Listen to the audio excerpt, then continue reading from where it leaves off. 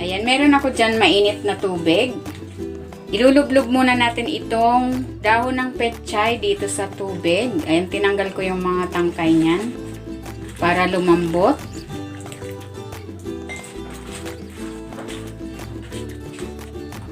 Ayan, iset aside muna natin ito.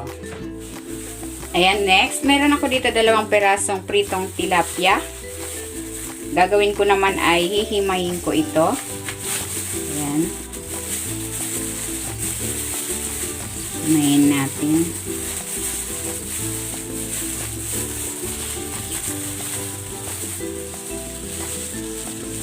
Ayan, tapos na ako maghimay. Ito na yung ating tilapia. Itimplahan na natin itong tilapia. Maglalagay ako ng sibuyas, luya, dahon ng sibuyas. Ito ay optional lang, kung wala okay lang. Kamatis,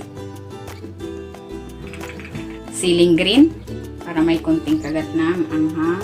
Timplahan ko ito ng asin at ng paminta. Haluin natin. While waiting, kung hindi ka pa nakapag-subscribe sa aking channel, please subscribe at i-click mo na rin ang notification bell para lagi kang updated sa aking latest recipes. Ayan, okay na ito. Pwede na natin itong balutin. Next, ibabalot na natin itong ating tilapia mixture dito sa ating petchay. Ayan, maglalagay ako ng 1 kutsara.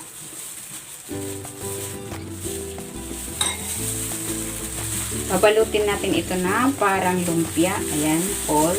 Then yung mga side. And then, i-roll na natin. Ayan, ganyan lang.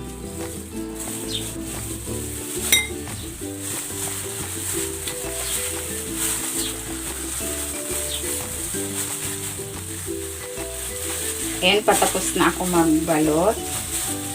Bali, nakagawa ako ng 15 peraso. Ayan.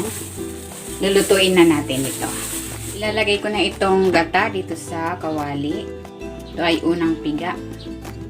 Maglalagay ako dito ng sibuyas at ng luya. At may natira akong kamatis, ilalagay ko na rin yan dyan. Timplahan natin ng asin at ng paminta. Pakuluin muna natin ito. Ayan, kumukulo na yung ating gata. Maglalagay ako ng konting patis para malasa yung ating sabaw.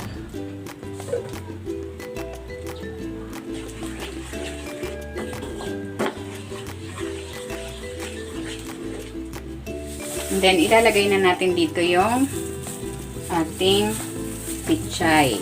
Pichay roll. Pichay and tilapia roll.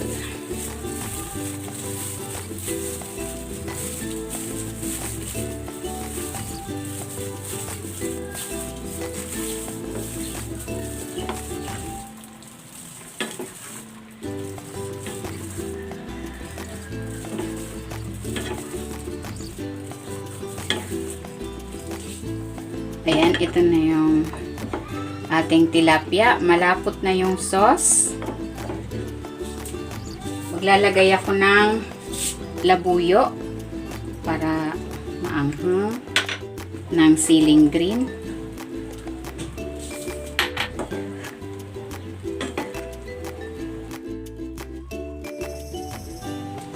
Ayan, luto na itong ating sinanglay na tilapia with a twist. Hanguin na natin.